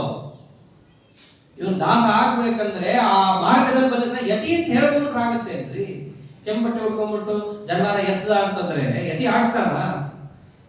ತಲೆ ಕೂದಲೇ ಇರಲ್ಲ, ವಯಸ್ಸಿಗೆ ಕೂದಲು ಹೋಗಿ ಬಿಟ್ಟಿರುತ್ತೆ, ತಲೆ ಓಡಿಸ್ಕೊಂಡಂಗೆ ಆಗೋಯ್ತು, ಜನ್ಮಾನ ತೆಗೆದ ಬಟ್ಟೆ ಉಟ್ಕೊಂಡ ಯತಿ ಆಗ್ತಾರ? ಹೀಗೆ ಯತಿ ಅಂತ?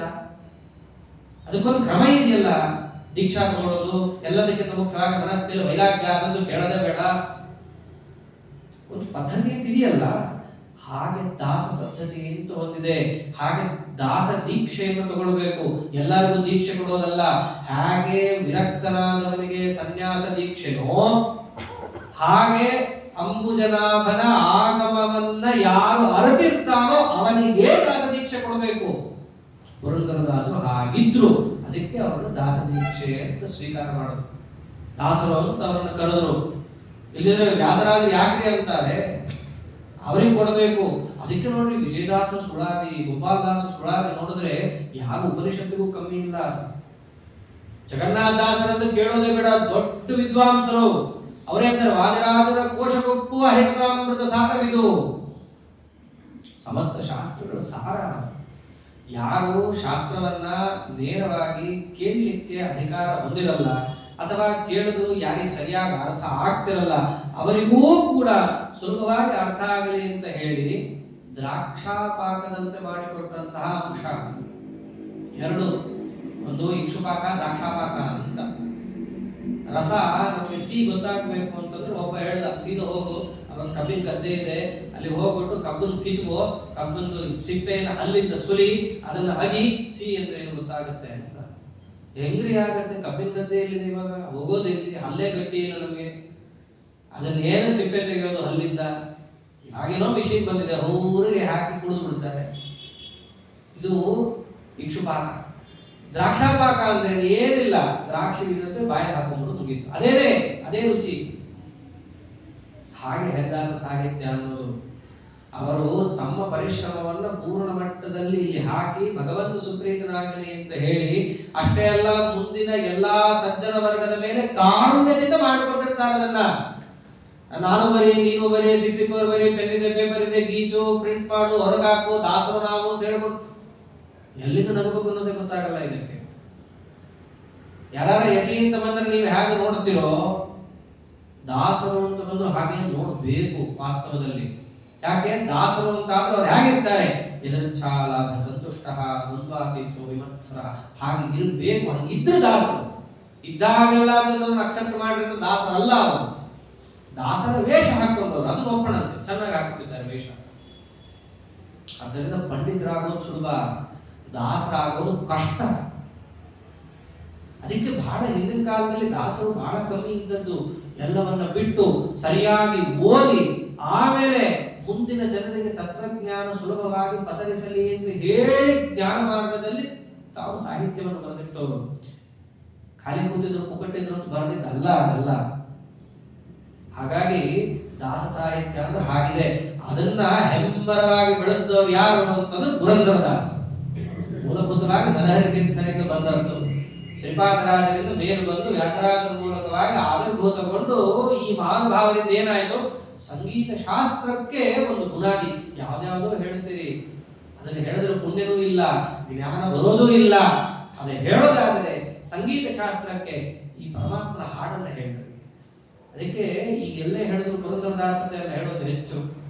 ಕರ್ನಾಟಕ ಸಂಗೀತ ಪಿತಾಮಹ, ಅಂತಹ ಮಹಾನುಭಾವರು ಪುರಂದರದಾಸರು. ದಾಸ ಅಂತ ಕರೆಯೋದೇ ದೊಡ್ಡ ಹೆಮ್ಮೆ. ಅದು ಹೆಂಗೆ ಸನ್ಯಾಸಿ ಅಂತ ಕರೆದ್ರೆ ಎಲ್ಲ ಬಿಟ್ಟವನು ಹೇಯ ಅಂತ ನೋಡಲ್ಲ. ನಮ್ಮ ಸಂಸ್ಕೃತಿಯಲ್ಲಿ ಲೋಕದಿಂದ ಯಾರು ವಿಮುಖನಾಗ್ತಾನೋ, ಮನಸ್ಸಿನಲ್ಲಿ ಪದಾರ್ಥಗಳನ್ನು ಯಾರು ಇಟ್ಟುಕೊಂಡಿರಲ್ವೋ ಅವರಿಗೆ ನಮ್ಮಲ್ಲಿ ಮಹತ್ವ ಜಾಸ್ತಿ. ಸನ್ಯಾಸಿಗೆ ಅದಕ್ಕೆ ಮಹತ್ವ, ಅದಕ್ಕೆ ದಾಸರಿಗೂ ಕೂಡ ಮಹತ್ವ. ಜ್ಞಾನ ಯೋಗದಲ್ಲಿ ಒಂದು ಮೆಟ್ಲು ಹೆಚ್ಚಿಗೆ ಇದ್ದಾರೆ ಇವರು ಅಂತ ತಮ್ಮನ್ನು ತಾವು ಭಗವದ್ ದಾಸರು ಅಂತ ಕರ್ಕೊಳ್ತಾರೆ. ಹಾಗಿದ್ದವರು ಅನೇಕ ಜೀವನಾಂಶಗಳನ್ನು ಎಲ್ಲ ಬೆಳಗ್ಗೆ ಕೇಳೇ ಇರ್ತೀರ ಅವರ ಚರಿತ್ರೆಯನ್ನ. ಆ ಮಹಾನುಭಾವರ ಚರಿತ್ರೆ ನಿತ್ಯ ಕೇಳೋದಲ್ಲ, ನಾವು ಒಂಚೂರು ಏನಾದ್ರೂ ಅಳವಡಿಸಿಕೊಳ್ಳೋಕೆ ಪ್ರಯತ್ನ ಪಡೋದು, ಕೇಳೋದು.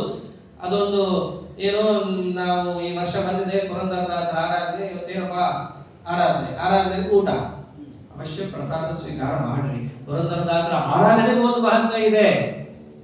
ಜಗನ್ನಾಥದಾಸರ ಕಥೆಯಲ್ಲಿ ಅದನ್ನೇ ಕೇಳೋದು. ದಾಸರಾಜರ ಆರಾಧನೆಯನ್ನು ಮಾಡೋದನ್ನು ಯಾರು ಪ್ರವರ್ತನೆ ಮಾಡಿದ್ದು? ವಿಜಯದಾಸರು. ಆ ಕಾಲದಲ್ಲಿ ಗೋಪಾಲದಾಸರನ್ನು ಸೇರಿಸಿಕೊಂಡು ಅನೇಕ ತಮ್ಮ ಶಿಷ್ಯಂತರನ್ನು ಕೂಡಿ ಪುರಂದರದಾಸರ ಆರಾಧನೆಯನ್ನು ಯಾರು ಮಾಡ್ಕೊಂಡು ಬರ್ತಾ ಇದ್ದು? ವಿಜಯದಾಸರು ಅಂಥ ಮಹಾನುಭಾವ ಮಾಡಬೇಕು ಅವರ ಆರಾಧನೆಯನ್ನ. ಅದೇ ದೊಡ್ಡ ಕಥೆ ಎಲ್ಲ ಕೇಳೇ ಇದ್ದೀರಿ. ಬಾ ಅಂದ್ರು, ಬರಲ್ಲ ಅಂತಂದ್ರು, ಅದೇನೇನಾಯ್ತು, ಎಲ್ಲೆಲ್ಲೂ ಹೋಯ್ತು. ದೊಡ್ಡವರ ಆರಾಧನೆಗೆ ಬರಲ್ಲ ಅಂದ್ರೆ ಏನೇನಾಗತ್ತ ಅವಾಂತರ. ಒಳಗ ಅಹಂಕಾರ ಇಟ್ಟುಕೊಂಡು ಮಾತಾಡಿದ್ರಂತೂ ಗೋವಿಂದ, ಅವನ್ನ ಕಾಪಾಡಕ್ಕೆ ಯಾರು ಬರ್ಬೇಕು? ಅಂತ ದೊಡ್ಡವರೇ ಬರ್ಬೇಕು. ಆದ್ದರಿಂದ ನಿತ್ಯ ಆರಾಧ್ಯರು, ವಿಶೇಷವಾಗಿ ಇವತ್ತಿನ ದಿವಸ ಆರಾಧ್ಯರು. ಬರೀ ಆರಾಧ್ಯ ಮಂಗಳಾರತಿ ಮಾಡಿ ಊಟ ಮಾಡಿ ಹೊರದವರು ಅದು ದೊಡ್ಡದಲ್ಲ, ಅದು ಆರಾಧನೆನೇ ಅಲ್ಲ. ದಿನ ಊಟ ಮಾಡೋದು ಅಲ್ಲಿ ಮಾಡಿದ್ರೆ ಇಲ್ಲಿ ಮಾಡಿದ್ರೆ ಏನು ವ್ಯತ್ಯಾಸ ಇಲ್ಲ. ಆರಾಧನೆ ಅಂದ್ರೆ ಏನಾಗುತ್ತೆ? ಅವರ ಜೀವನದಲ್ಲಿ ಯಾವ ಒಂದು ಮಹೋನ್ನತವಾದ ಅಂಶಗಳನ್ನು ಅವರು ಅಳವಡಿಸಿಕೊಂಡಿದ್ರೋ, ನಮ್ಮ ಯೋಗ್ಯತಾನುಸಾರ ಕಿಂಚಿತ್ತಾದ್ರೂ ಅದನ್ನ ಮಾಡೋದಕ್ಕಾಗತ್ತಾ ಅಂತ ನೋಡ್ಕೊಳ್ಳೋದಿದೆಯಲ್ಲ, ಅಷ್ಟೇ ಅಲ್ಲ, ಆಮೇಲೆ ಮಾಡೋದು ಇದೆಯಲ್ಲ, ಅದು ಆರಾಧನೆ. ಪ್ರತಿ ಆರಾಧನೆಯಲ್ಲೂ ಕೂಡ ನಾವೇನ್ ಮಾಡಬೇಕು? ಸ್ವಾಮಿ ನಿಮ್ ಕಥೆ ಒಂದ್ಸರ್ತಿ ಕೇಳಿ ಈ ಅಂಶಗಳನ್ನು ನಾನು ಅಳವಡಿಸ್ಕೊಂಡೆ, ಈ ವರ್ಷ ಅದನ್ನ ಸಮರ್ಪಣೆ ಮಾಡಿ ಈ ಸರ್ತಿ ಪುನಃ ಕೇಳಿ ಇನ್ನೊಂದ್ಸಲ ಜಾಸ್ತಿ ಮಾಡ್ತೀನಿ. ಸಂಕಲ್ಪ ಹೇಗಿರ್ಬೇಕು? ದೈಹಿಕ ಆರಾಧನೆ ಬಂದ್ರೆ ಮುಂದಿನ ವರ್ಷ ದೈಹಿಕ ಆರಾಧನೆ ಬರೋದ್ರೊಳಗೆ ಕನಿಷ್ಠ ಒಂದ್ಸರ್ತಿನಾರ ಸುಧಾ ಪಾರಾಯಣ ಮುಗಿಸಿರ್ತೀನಿ ನಿಂತಿರ್ಬೇಕು. ಹಾಗೆ ಪುರಂದರದಾಸರ ಆರಾಧನೆ ಬಂದ್ರೆ ಏನಿರ್ಬೇಕು ಸಂಕಲ್ಪ? ಮುಂದಿನ ಸರ್ತಿ ಪುರಂದರದಾಸರ ಆರಾಧನೆ ಬರೋದ್ರೊಳಗೆ ನಿಮ್ಮ ಪದಪದ್ಯಗಳನ್ನು ಇಷ್ಟಾದ್ರೂ ನಾನು ಒಂಚೂರು ಹೆಚ್ಚಿಗೆ ಹೇಳಿರ್ತೀನಿ ಅಂತಿರ್ಬೇಕು. ಈ ವರ್ಷದಲ್ಲಿ ಇಷ್ಟು ಹೆಚ್ಚಿಗೆ ಹೇಳಿರ್ತೀನಿ. ಹೀಗೆ ಮಾಡಿದ್ರೆ ಇವತ್ತು ಆರಾಧನೆ ಮಾಡೋದು ಸಾರ್ಥಕ. ಆದ್ದರಿಂದ ಅಂತ ಮಹಾನುಭಾವರ ಚರಿತ್ರೆಯನ್ನು ಕೇಳ್ತಾ ಹೋದ್ರೆ ಸಿಗೋದೇನು? ಯಥಚಿತ್ತಾತ್ಮ ಮನೋನಿಗ್ರಹ ಪೂರ್ಣ ಅವರು ಹೊಂದಿದ್ರು. ಹ್ಯಾಕ್ ಕಾಣಿಸ್ತಾರೆ ಹೊಂದಿದವರು? ಹೇಳ್ದ, ಯದಚ್ಚಾಲ ವಸಂತುಷ್ಟ ದ್ವಂದ್ವಾತೀತೋ ವಿಮತ್ಸರಃ. ಅಷ್ಟೇ ಅಲ್ಲ, ಸಮಃ ಸಿದ್ಧಾವಸಿದ್ಧೌ ಚ. ಅನ್ಕೊಂಡಿದ್ದ ಕೆಲಸ ಆಗ್ಲಿ, ಅನ್ಕೊಂಡಿದ್ದ ಕೆಲಸ ಆಗದೆ ಇರಲಿ, ಹೇಗಿದ್ರು ಸಮಃ, ಸಮತ್ವ ಎಂಬುದು ಅವ್ರ ಮನಸ್ಸಿನಲ್ಲಿ ಇರುತ್ತೆ. ಎಷ್ಟೋ ದಾಸರಾಯ ಹಾಡನ್ನು ಬರುತ್ತೆ, ಎಷ್ಟೋ ಸರ್ತಿ ಯಾಯವಾರಕ್ಕೆ ಹೋದ್ರೆ ಕೆಲವರು ಹಾಕೋದೇ ಇಲ್ಲ. ಕೆಲವರು ಎದ್ದೋ ಹಾಕ್ಬಿಡ್ತಾರೆ, ಕೆಲವರು ಅಕ್ಕಿ ಬದಲು ರಾಗಿ ಹಾಕ್ಬಿಡ್ತಾರೆ, ಕೆಲವರು ಏನ್ ಹಾಕ್ಬೇಕೋ ಹಾಕ್ತಿರ್ತಾರೆ. ಹಾಗಿದ್ರು ಕೂಡ ಸಮಸಿದ್ಧಾವಸಿದ್ಧೌಚ. ಪರಮಾತ್ಮ ಸಂಕಲ್ಪ ಇತ್ತಪ್ಪ, ಇದೇ ನನ್ನ ಜೋಡಿಗೆ ಬರ್ಬೇಕಂತ ಬಂತು ಅಷ್ಟೇ ಅಂತ ಹೇಳಿ ಮನಸ್ಸಿನಲ್ಲಿ ಯಾವ ವಿಕಾರ ಮಾಡ್ಕೊಳ್ತಿರ್ಲಿಲ್ಲ. ಇದು ಪುರಂದರದಾಸರು. ಹೀಗಿರ್ತಾರೆ. ಹೇಳಿ ಕೇಳಿ ಹೋಗೋರು ದಾಸರಲ್ಲ. ನಾವು ನಿಮ್ಮ ಮನೆಗೆ ಇಷ್ಟೊತ್ತಿಗೆ ಬರ್ತೀವಿ, ರೆಡಿ ಇರಿ ಅಂತ ಹೇಳಿದ್ರು ದಾಸರೇ ಅಲ್ಲ ಅವರು. ನಾವು ಪರಮಾತ್ಮನ ಗಾನವನ್ನು ಮಾಡ್ತಾ ಹೋಗ್ತಿರ್ತೀವಿ. ಅಲ್ಲಿ ಯಾರ ಮನೆಗೆ ಹೋಗ್ಬೇಕಂತ ನಮ್ಗೆ ಪ್ರೇರಣೆ ಆಗುತ್ತೋ ಹೋಗಿ ಬಾಗಿಲು ಬಡಿತೀವಿ. ನಮಗೇನಾದ್ರೂ ಅವ್ರ ಜೋಳಿಗೆ ಹಾಕಿದ್ರು ದೇವ್ರ ಪ್ರಸಾದ ಸ್ವೀಕಾರ ಮಾಡ್ತೀವಿ, ಮುಂದೆ ಹೋಗ್ತೀವಿ. ಹಾಕ್ಲಿಲ್ಲ ನೀನ್ ಹಣೆಬಾರ ಅಟ್ಟೆ ಅಂತ ಹೇಳಿ ನಾವು ಮುಂದೆ ಹೋಗ್ತಿರ್ತೀವಿ. ಇದು ದಾಸ ಪದ್ಧತಿ. ಈಗ ಫೋನ್ ಮಾಡಿ ನಾ ಬರ್ತೀವಿ, ಹುಷಾರ್, ನಮ್ಗೆ ಇಷ್ಟಿಷ್ಟು ಕೊಡ್ಬೇಕು, ಅದಲ್ಲ.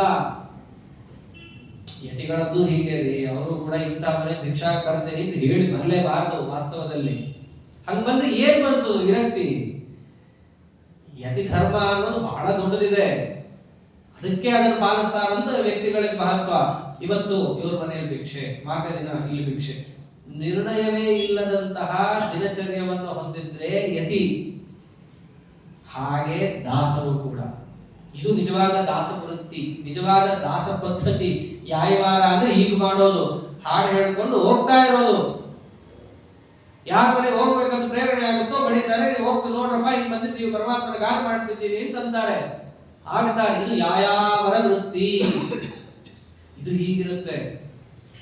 ಈಗಿಂದಕ್ಕೂ ಆಗಿಂದಕ್ಕೂ ಹೋಲಿಸ್ಕೊಂಡು ನಮ್ಮ ಥರನೇ ಹಿಂದಿದ್ರು ಅಂತಲ್ಲ. ಹಿಂದಿದ್ದದ್ದೇ ಬೇರೆ ರೀತಿಯಲ್ಲಿ, ಈಗ ಇರೋದೇ ಬೇರೆ ರೀತಿಯಲ್ಲಿ. ಆಗಿದ್ದು ಪುರಂದರದಾಸರು. ಅವ್ರ ಕಥೆ ಕ್ಲೀನಾಗಿ ಕೇಳಬೇಕು. ಕೇಳೋದು ಕೇಳ್ತಾರೆ, ಸ್ವಚ್ಛವಾಗಿ ನಾವು ಅಳವಡಿಸ್ಕೊಳ್ಳೋಕ್ಕಾಗತ್ತಾ ಅಂತಂದು ಕೇಳ್ತಾ ಬರಬೇಕು. ಮಹಾನುಭಾವರು ಹೀಗಿದ್ರು. ಯದಚ್ಚಾಲಾಭ ಸಂತುಷ್ಟೋ ದ್ವಂದ್ವಾತೀತೋ ವಿಮತ್ಸರಃ ಸಮಸಿದ್ಧಾವಸಿದ್ಧೌ ಚ ಕೃತ್ವಾ ನಿಬದ್ಧತೆ. ಹೀಗಿರ್ಬೇಕು. ಎಲ್ಲದಕ್ಕಿಂತ ಮುಖ್ಯವಾಗಿ ಕರ್ಮ ಅಂತ ಯಾವಾಗ ಕರೆಸ್ಕೊಳ್ಳುತ್ತೆ? ಗತ ಸಂಗಸ್ಯ ಮುಕ್ತಸ್ಯ ಜ್ಞಾನಾವಸ್ಥಿತ ಚೇತಸಃ ಯಜ್ಞಾಯಾಚರತಃ ಕರ್ಮ ಸಮಗ್ರಂ ಪ್ರವಿಲೀಯತೆ. ಸರಿ, ನೀನು ಎಲ್ಲಾ ಸಂಘವನ್ನ ಬಿಟ್ಟಿದ್ದೀಯಾ, ಆಮೇಲೆ ಮುಕ್ತಸ್ಯ ಎಲ್ಲಾ ಒಂದು ಪದಾರ್ಥಗಳಲ್ಲಿಯೂ ಅಭಿಮಾನವನ್ನ ತ್ಯಾಗವನ್ನು ಮಾಡಿದ್ದೀಯಾ, ಜ್ಞಾನಾವಸ್ಥಿತ ಚೇತಸಃ ಪರಮಾತ್ಮನ ಜ್ಞಾನದಲ್ಲಿ ಅಂತಲೇ ಕರ್ಮ ಮಾಡಿದ್ದೀಯಾ, ಎಲ್ಲ ಒಪ್ಕೊಂಡೆ. ಆದರೆ ಈ ಅಂಶ ಮುಖ್ಯವಾಗಿ ಸೇರಬೇಕು. ಯಾವುದು? ಯಜ್ಞಾಯಾಚರದ ಕರ್ಮ. ವಿಷ್ಣು ಪ್ರೇರಣೆಯ ವಿಷ್ಣು ಪ್ರೀತ್ಯರ್ಥಂ ಅನ್ನೋದನ್ನು ಬಿಡಬಾರದು. ಇದನ್ನ ಹೇಳ್ತಾರೆ. ಯಜ್ಞಕ್ಕೋಸ್ಕರ ನಾನು ಕರ್ಮ ಮಾಡ್ತಾ ಇದ್ದೇನೆ. ಯಜ್ಞ ಅಂದ್ರೆ ಯಾರು? ಯಜ್ಞೋ ಯಜ್ಞಪದರಿ ಯಜ್ವ ಯಜ್ಞಾಂಗೋ ಯಜ್ಞವಾಹನ. ಪರಮಾತ್ಮನನ್ನ ಉದ್ದೇಶ ಮಾಡಿಕೊಂಡು ಈ ಕರ್ಮ ಮಾಡ್ತಿದ್ದೀನಿ ಅಂತಂದ್ರೆ ಆ ಕರ್ಮಕ್ಕೆ ಪೂರ್ಣತೆ. ಅದನ್ನ ಕರ್ಮ ಅಂತ ಕರೆಯಕ್ಕಾಗತ್ತೆ. ಇಲ್ಲದಿದ್ರೆ ಅದು ಕರ್ಮನೇ ಅಲ್ಲ, ಮತ್ತೇನದು? ಅದು ಅಕರ್ಮ ಅಂತ ಕರೆಸ್ಕೊಂಡು ವಿರುದ್ಧ ಮಾಡೋದಂತೂ ಮುಗಿದೇ ಹೋಯ್ತು. ಅದನ್ನ ಹೇಳ್ದ ಯಜ್ಞಾಯ ಆಚರದ ಕರ್ಮ ಸಮಗ್ರಂ ಪ್ರವಿಲೀಯತೆ. ಹೀಗೆ ನೀನು ಕರ್ಮಾನುಷ್ಠಾನ ಮಾಡಿದಾಗ ಅಪರೋಕ್ಷ ಜ್ಞಾನ ಬಂದು ಸಮಗ್ರಂ ಪ್ರವಿಲೀಯತೆ, ನಿನ್ನ ಎಲ್ಲಾ ಕರ್ಮ ಬಂಧ ಹಾಕುವುದು ಸಂಪೂರ್ಣವಾಗಿ ಲೀನವಾಗುತ್ತೆ.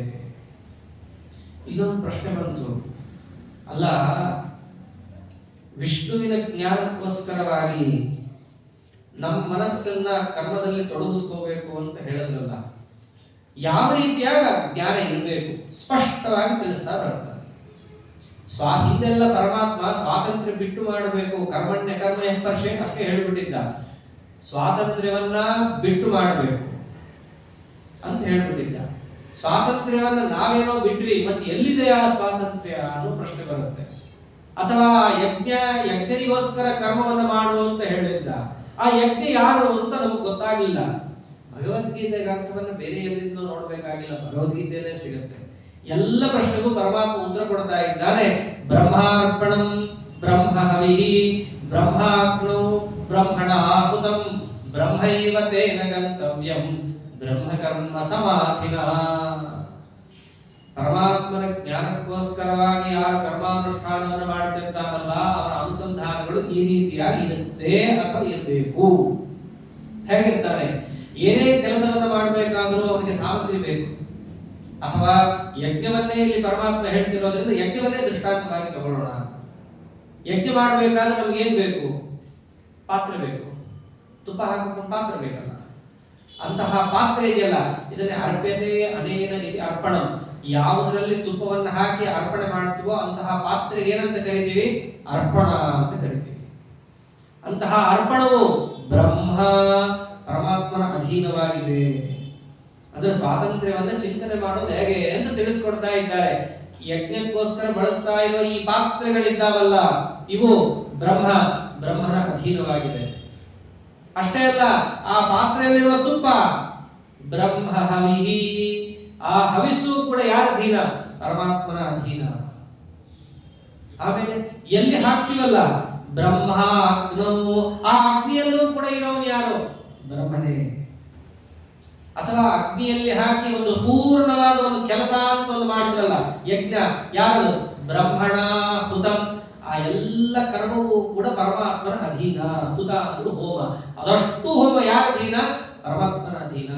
ಮಾಡುವ ಪುಟ್ಟ ಕರ್ಮದಿಂದ ಹಿಡಿದು ಮಾಡಿ ಮುಗಿಸಿದ ಒಂದು ಕರ್ಮ ಸಮುಚ್ಚಯವಾದ ಯಜ್ಞವು ಕೂಡ ಯಾರ ಅಧೀನ? ಪರಮಾತ್ಮನ ಅಧೀನ. ಅಷ್ಟೇ ಅಲ್ಲ, ಈ ಪುಟ್ಟ ಪುಟ್ಟ ಕರ್ಮ ಅಷ್ಟೇ ಅಲ್ಲ, ಬ್ರಹ್ಮ ಕರ್ಮ ಸಮಾಧಿನ. ಕರ್ಮ ಸಮಾಧಿ ಅಂತಂದ್ರೆ ನಾವು ಯಾವ ಈ ಪವಮಾನ ಹೋಮ, ಧನ್ವಂತರಿ ಹೋಮ ಮುಂತಾದ ಹೋಮಗಳನ್ನು ನೋಡ್ತೀವಿ. ಇದು ಒಂದು ರೀತಿಯಾದಂತಹ ಮಾಡಬಹುದು, ಮಾಡದೇನೂ ಇರಬಹುದಾದಂತಹ ಹೋಮಗಳು. ವಸ್ತುತಃ ಎಲ್ಲ ಯಾವ ಹೋಮ ಮಾಡಬೇಕು ಗೊತ್ತೇನೋ? ಔಪಾಸನ, ಅಗ್ನಿ ಕಾರ್ಯ, ಇದು ನಿತ್ಯ ಕರ್ತವ್ಯ. ವೈಶ್ವದೇವನು ಕೂಡ ಒಂದು ರೀತಿಯಾಗಿ ಈಗಿನ ಭಾಷೆಯಲ್ಲಿ ಹೇಳೋದಾದ್ರೆ ಆಪ್ಷನಲ್ ಅಂತ. ಊಟ ಮಾಡೋದಿದ್ದು ವೈಶ್ವದೇವ. ಅಲ್ಲೇನ್ ಬರುತ್ತೆ ಸಂಕಲ್ಪ? ಪಂಚಸೂನ ಜನಿತ ದೋಷ ಪ್ರಾಯಶ್ಚಿತ್ತಾರ್ಥಂ ಅಂತ ಬರುತ್ತೆ. ಅನ್ನಶುದ್ಧ್ಯರ್ಥಂ ಆತ್ಮಶುದ್ಧ್ಯರ್ಥಂ ಪಂಚಸೂನ ಜನಿತ ದೋಷ ಪ್ರಾಯಶ್ಚಿತ್ತಾರ್ಥಂ. ಯಾರು ಬರೀ ನೀರು ಕುಡ್ಕೊಂಡಿರ್ತೀನಿ ಸಾಕು ಅಂತನ್ನೋನಿಗೆ ವೈಶ್ವದೇವದ ಅವಶ್ಯಕತೆಯೇ ಇಲ್ಲ. ಅವನಿಗೆ ಏನ್ ಸಾಕು? ಅವನು ಬ್ರಹ್ಮಚಾರಿ ಆಗಿದ್ರೆ ಅಗ್ನಿ ಕಾರ್ಯ ಸಾಕು, ಗೃಹಸ್ಥ ಆಗಿದ್ರೆ ಔಪಾಸನ ಸಾಕು.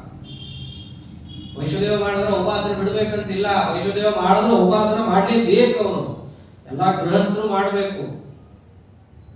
ಇದು ನಿತ್ಯವಾದದ್ದು. ಹಾಗೆಯೇ ನಿತ್ಯವಾದಂತಹದ್ದು ಇದಕ್ಕೂ ಮಿಗಿಲಾದದ್ದು ಒಂದಿದೆ. ಯಾವುದು? ನಿತ್ಯಾಗ್ನಿಹೋತ್ರ ಅಂತ ಒಂದಿದೆ. ಆ ಹವನದಲ್ಲೆಲ್ಲ ಧ್ಯಾನ ಮಾಡಬೇಕಾಗುತ್ತೆ. ಅದಕ್ಕೆ ಬಹಳಷ್ಟು ನಿಯಮ ಮುಂತಾದವುಗಳು ಇರಬೇಕು. ಅದನ್ನ ಸಮಾಧಿ ಅಂತ ಕರೀತಾರೆ. ಕರ್ಮ ಸಮಾಧಿ ಅಂತ ಅದಕ್ಕೆ ಕರೀತಾರೆ. ಅಂದ್ರೆ ಯಾವ ಕರ್ಮದಲ್ಲಿ ಸಮಾಧಿ ಮುಂತಾದ ಧ್ಯಾನಗಳು ಪ್ರಸಕ್ತವಾಗುತ್ತೋ ಅದನ್ನು ಕರ್ಮ ಸಮಾಧಿ.